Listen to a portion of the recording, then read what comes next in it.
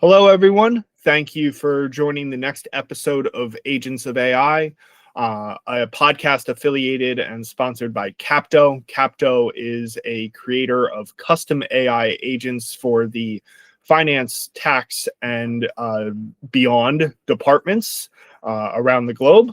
But let's get into our conversation today. I am your host, Peter Stubbe, community founder and leader for Capto.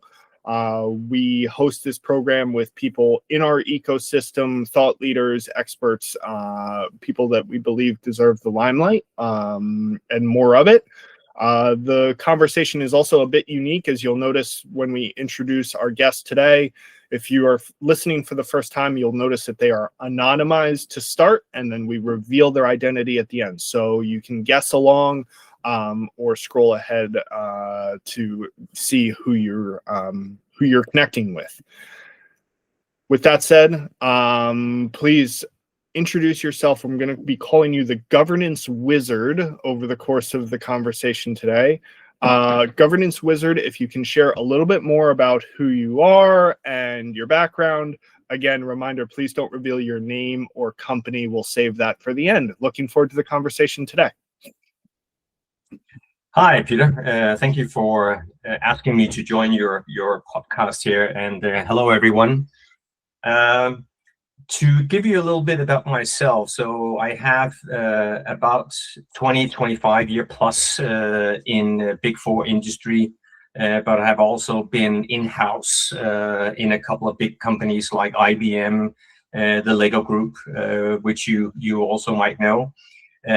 Some of the things that I focus on in the work that I do is that I focus on governance. So the roles that I've had has been building up, governance structures like tax risk management structures, how to build a control framework, and once you think about these kind of things, the natural thing is looking at the processes and putting technology into power of the governance model.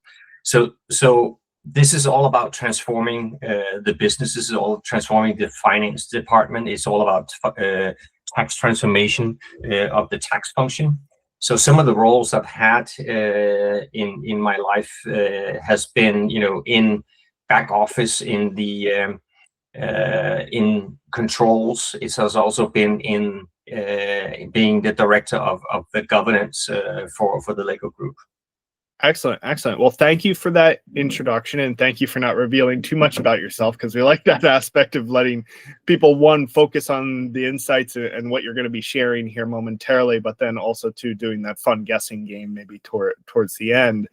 I will also call out, this is an exciting kind of first for us, because I believe this is one of the first times that we've had somebody with the deep experience in specific governance and those back office processes. So we're excited for the conversation today. Again, kind of expanding upon that role in your career. Congrats on all that you've accomplished thus far. The way that I often ask this next question is like, what keeps you coming back? Like, why this role? Why this career? What motivates you to continue to be a part of the work that you do? I think when I look back in the last 20 years when I started out doing this, this was very something that was very new. This was something that people were looking at but not really implementing or developing. So the whole development part and the whole thinking behind how do you do tax control framework, or how do you set up a tax risk management methodology and things like that, has something that's been evolving.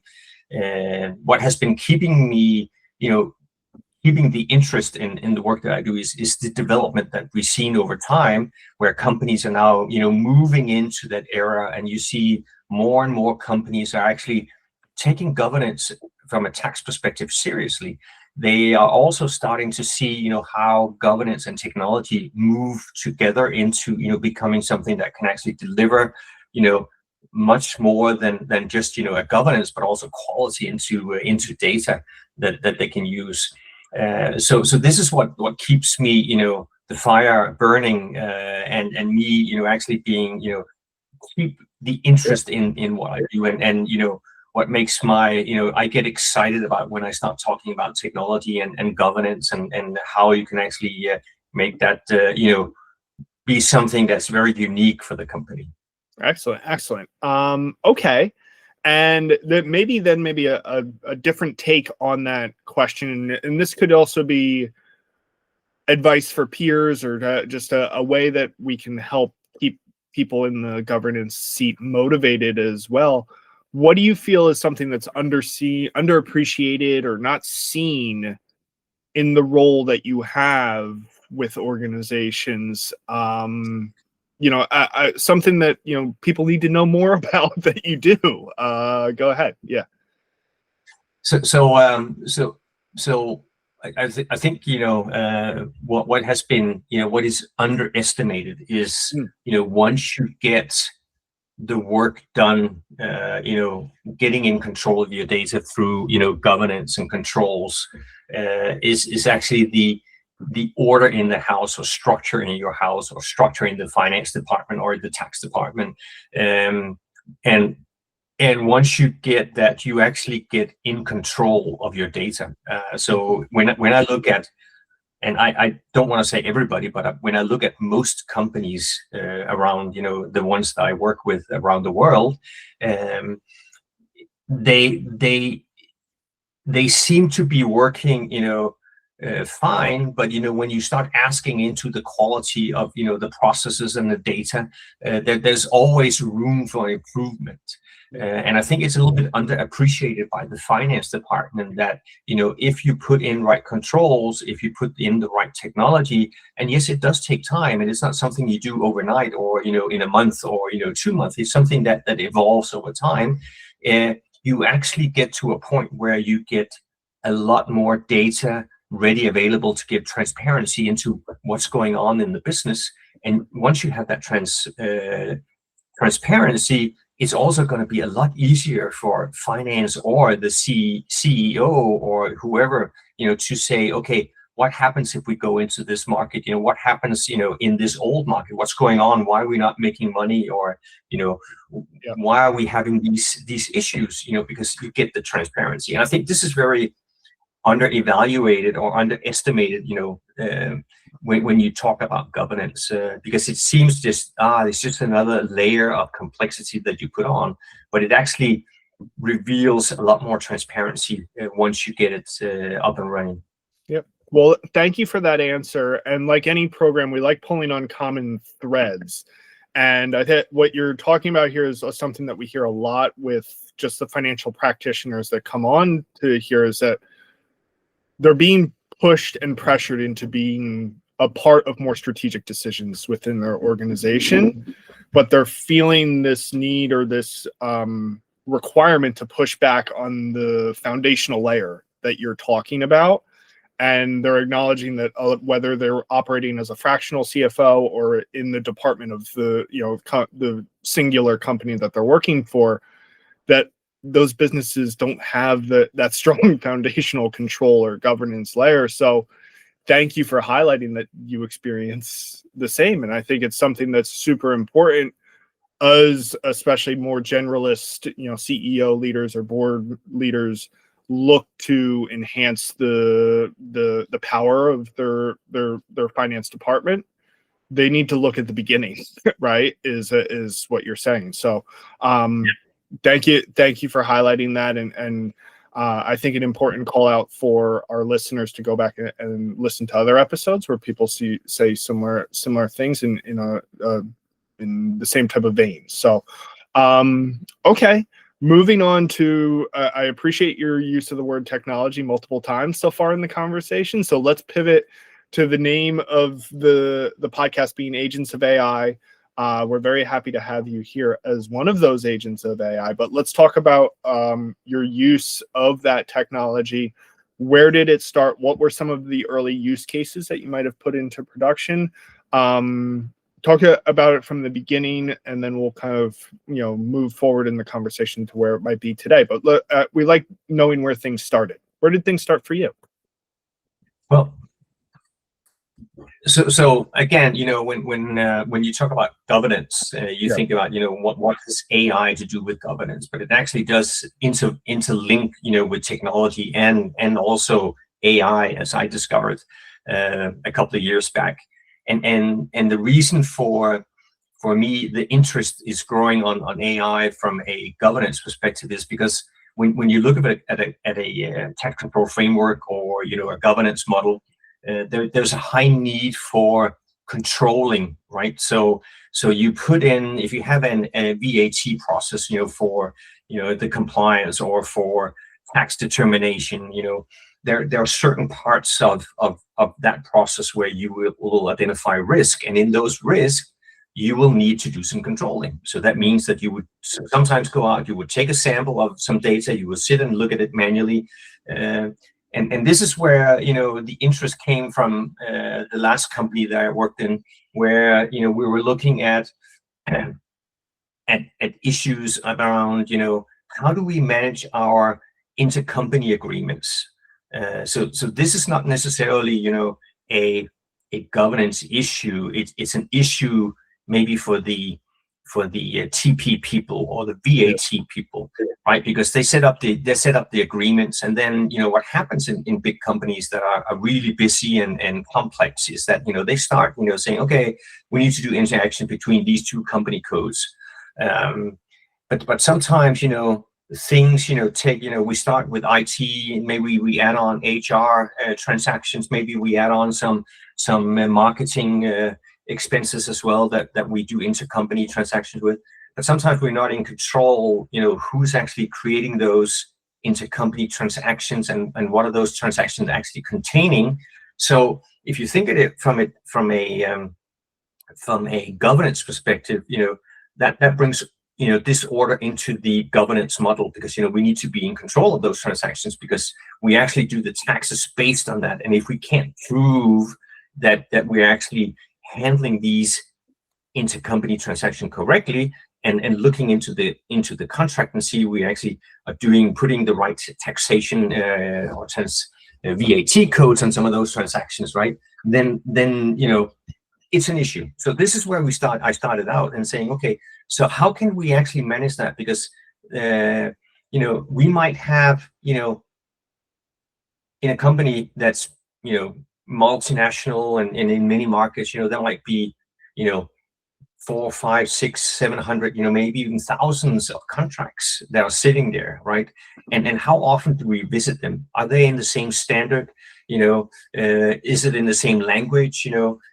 How have we actually set that up, right? So from an AI perspective, that's where you can actually get AI to support you. But then you get to the transaction part, where you say, okay, we have these, thousands and thousands and thousands of intercompany transactions, and how do we actually, find whether those transactions are actually being carried out correctly? Well, AI is a very good solution for that. So going in, picking up transactions, so this is where it started, and then I just started to think, where could I use it elsewhere? So you could look at expense accounts, where expense accounts where you go in, you check your expenses and hold it up against each of the countries and how you can actually do your expenses, because expenses is not expensive, right? And I'm sure that everybody in that part of the tax world knows that there's so many different rules in different countries that it is not simple. And again, here AI can play a huge role in going through that massive amount of data that you need to go through and make sure that all those transactions has actually been correctly entered into the system, right? So those are just a couple of examples where you can look into and say, yeah, AI actually makes sense. And moving further into that, I started also educating or doing training for tax professionals, right? And this is where I find it really interesting, because when you look at different companies and different tax professionals, whether they're TP or VAT or direct tax or they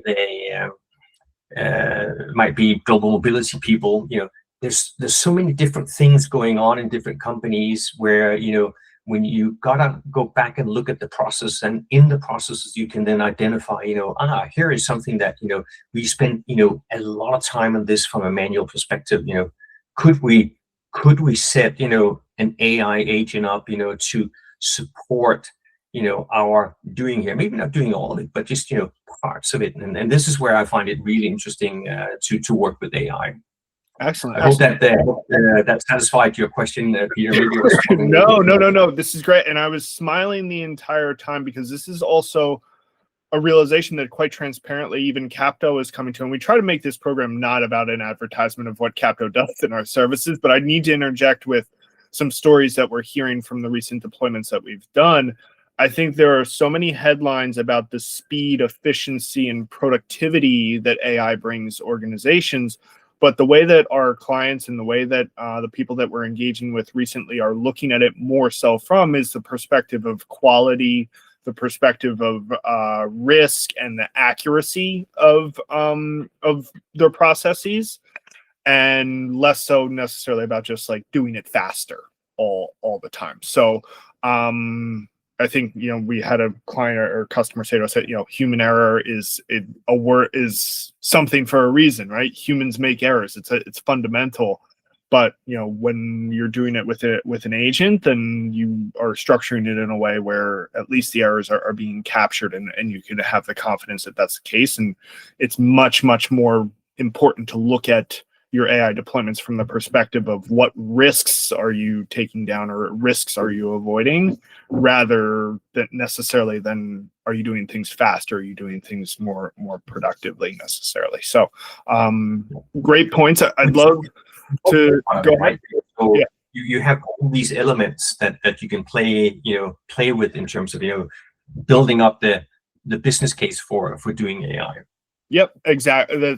Thank you for summarizing it much better than I did. So for those folks that may be struggling with building that business case, approach it from the perspective of risk and less so from the time saved or energy saved. That it's only one element to what AI and automation can bring to your business. So okay, looking ahead and maybe more aspirationally, is there something that's come across your desk, so to speak, that you feel like maybe AI isn't necessarily equipped to handle right now, but you're building or would like to see it handle in the future? Something that can be really helpful for organizations, but maybe they've struggled to adopt it in earnest. Where do you feel like AI can go for people in the tax governance space? Yeah. Well, not necessarily. Well, governance is all part of whatever link you go into in a company, right? So it's everywhere. Like we say usually that tax is everywhere in a company, and people don't realize it that that if you do something in marketing, or if you do something in legal, or if you do something in procurement, tax should always be involved, right? So I think the couple of things that is something that vision or inspiration to it. One is the external part, right? Which is if you look at it from a tax function perspective, the external environment that are constantly bombarding companies with new regulations, right? So if you're a multinational company, then you get bombarded with new regulation, changes to legislations, changes to rates, you name it, right? So we just seen this last year. There's been quite a few changes to custom tariffs, right? So that has been something that I've seen companies struggle with, and going out and saying, okay, how do we deal with this, right? So all these new legislative changes that are coming in and hitting the company. If AI could support companies in actually, getting the right selection of legislation that actually will hit the company.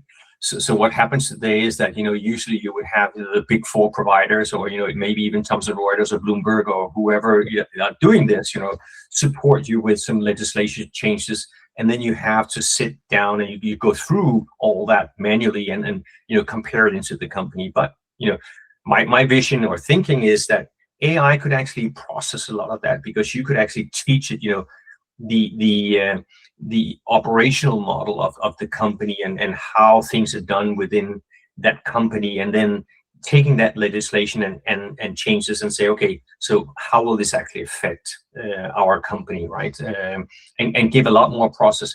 I'm not saying it's going to be human free, Yep. but it's something that will support and actually, give a lot more quality for people to be able to spend more time, looking at the legislation that has been, can we call it, chewed a little bit before it's handled into them for looking at it again.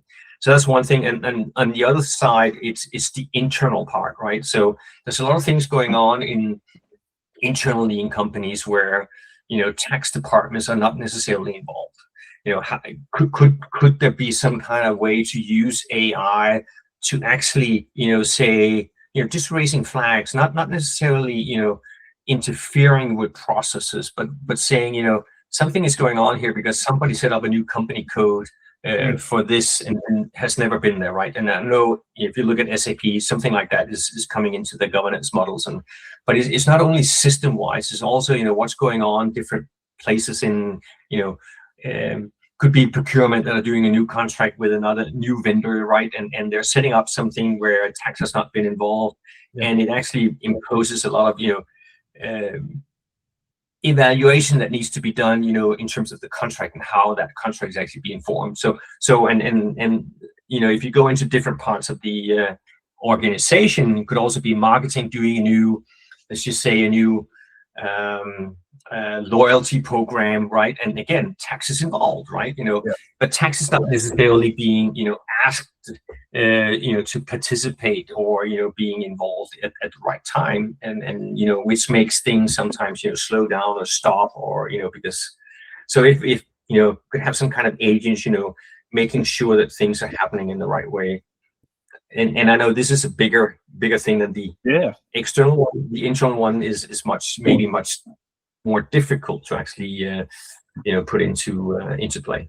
No, I could absolutely see on the internal front, like that aspirational use case of recognizing, call it, behaviors that are happening within all the disparate systems. And we talk a lot with other guests about the power of being able to connect multiple systems, and I think what you're telling here is a story of basically connecting the dots of even in the seat, even somebody in your seat, if they saw one thing happening, it might not be a red flag, but if they saw 3 or 4 things happening across multiple systems and they had AI helping them with that, then they would be able to identify a need for involvement from your department. So, and then no further comment on the external pressures, because I think we can all acknowledge that the legislation has been fast moving over the course of the past few years for a lot of different reasons. And I laugh because it seems like government is now one of the faster moving portions of the world, whereas in the past that maybe hasn't necessarily been the case. But there's a lot of volatility there, and being able to stay on top of that, I could absolutely see the value in that for people within your seat. So, okay, wrapping up, one final question for you, and then we're going to reveal your identity, which is always the most fun part of the episode. Any advice, final advice for people in your position, maybe that aren't as far along or looking for additional ways to enhance their technological footprint, enhance the use of AI within their organizations? This could also come in the form of resource. A lot of people sometimes suggest their favorite resources or things like that. Anything that comes to mind from your seat? Yeah. And this is a very it's not a difficult question, but it's difficult to actually give that advice, because when I talk to colleagues around the world, and saying why are you not using AI? I think one of the things is it's they're so busy just keeping up with the daily pressure on getting all the work done that they need to do, right? So asking them to actually put another layer on top of that and actually go figure out AI and actually get it done right, so it will help you. It's enormous pressure, because they gotta go beyond that 100 and 110 they're already working and actually putting in more effort in. But sometimes you gotta take that step back and actually say something. Okay, I need to do this differently because otherwise I'm gonna die in the work that I'm doing today. But if I'm gonna give it advice, how you can actually approach that, is simply start with small things, right? If there's a small thing where you can just use ChatGPT to do something where you ask it something and then it comes back and you start learning about how you actually interact with Copilot and things like that. And then that would be one step. And then the next step can move into saying, okay, are there certain processes here where there are certain steps in those processes where I could actually try to figure out how to build something that will actually sort the data or analyze the data or whatever needs to get done, and start small to actually get some results out that can actually help you build a business case that will give you get resources from IT or from somebody else or external resources to support you in what you need to do. Excellent. And then I think one thing that I see from tax professionals is actually lack of time to do it, but also it's a little bit scary to jump into this AI world and actually because people talk about this being something that will take your job away, which I think it will never do. Yeah. Not from a tax perspective, because it's so specialized. There's so many nuances to it that will.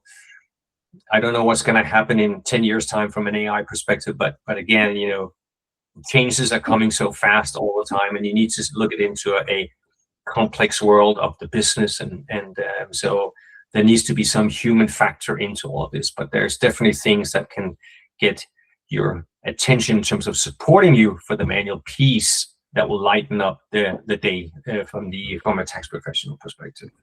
Thank you. Always a valuable call out that times are changing, and there's definitely a lot of fear and uncertainty about what AI could bring. But in reality, we sometimes bottom line this is it's happening, and there's a need for alignment, and there will always be need for humans for something. Well, maybe we haven't necessarily figured that out in some cases, but we also know that there's reality to the fact that AI will not be perfect. There's going to need to be strategic human brains on top of it. So with that said, we get to do the fun part, Mr. Governance Wizard. If you don't mind hovering over your face again and going back to your settings, and if you click off your filter, it should reveal your full face and identity. All right. The tradition is I don't say your name and company. We give you that honor, sir. So please go ahead, introduce yourself a little bit more, share more about you. Yeah. Yeah. So my name is Claus Akker. I'm based in Copenhagen, Denmark, and I have my own little company called Comply to Tax, and I started that up after my last job in the Lego Group, where we're the director of tax governance. So I'm supporting companies today in tax transformation, technology, governance, and giving them some highly valuable and practical insight into how things can be done. So that's me. Yeah. Well, thank you so much for being a guest. Like I said at the beginning of the call, one of our first governance specialists. So always exciting to have somebody as a first time, and really valued some of the perspectives that you put in there, especially those elements around risk being a driver for the business case for AI. But I think that's something that's going to continue to emerge as a trend, and something that we are starting to hear more and more so from others like yourself. So thank you for flying. I hear the same thing, Peter. Yeah. It is. Risk becomes a driver in many things, right? Because it's becoming a bigger and bigger world with a lot of uncertainty. Yep. And you got to minimize your risk to drive the business, so you can be more certain in the way that you drive your business. Yeah. So absolutely agree, Peter. Thank you so much for that. We're going to conclude. Is there just one final call out? Is the best way to get in touch with you, Klaus? Is it via your company website, LinkedIn? Feel free to share. So the best way to get in contact with me is through LinkedIn. Okay. So I don't have a company website up and running because I think I want to spend my time the right way, and I don't think that the company website actually makes a difference. So people usually get hold of me through LinkedIn. So that works fantastic. Excellent. All right. Well, sounds good. I'm smiling because it's the agreed on that front. It only takes you so far. It's so makes sense. Anyway, please everybody get in front of Klaus. Thanks for tuning in to this episode, and we'll see you next time. Well, thank you.